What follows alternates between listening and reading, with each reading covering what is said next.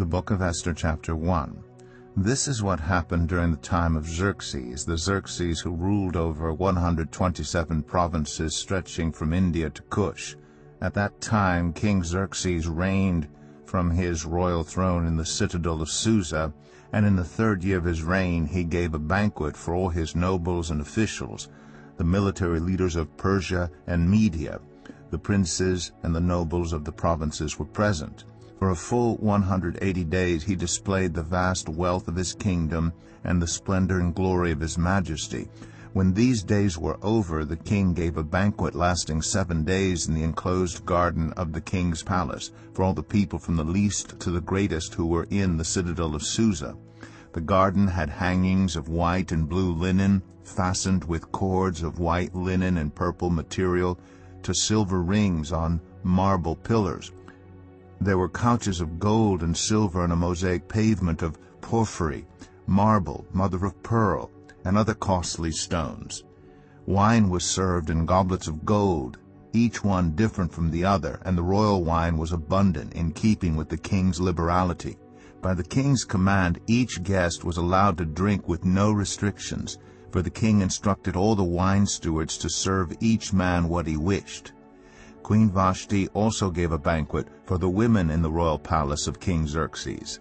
On the 7th day, when King Xerxes was in high spirits from wine, he commanded the 7 eunuchs who served him, Mehuman, Biztha, Harbona, Bigtha, Abagtha, Zithar, and Carcass, to bring before him Queen Vashti wearing her royal crown, in order to display her beauty to the people and nobles, for she was lovely to look at. But when the attendants delivered the king's command, Queen Vashti refused to come. Then the king became furious and burned with anger.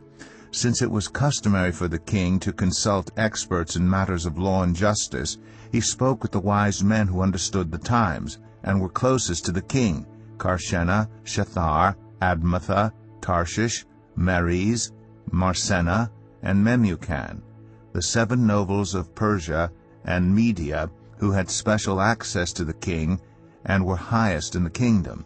According to law, what must be done to Queen Vashti? He asked. She has not obeyed the command of King Xerxes that the eunuchs have taken to her. Then Memucan replied in the presence of the king and the nobles, Queen Vashti has done wrong, not only against the king, but also against all the nobles and the peoples of all the provinces of King Xerxes.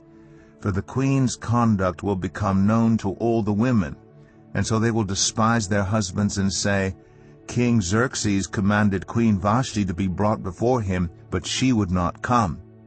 This very day the Persian and Median women of the nobility, who have heard about the queen's conduct, will respond to all the king's nobles in the same way. There will be no end of disrespect and discord.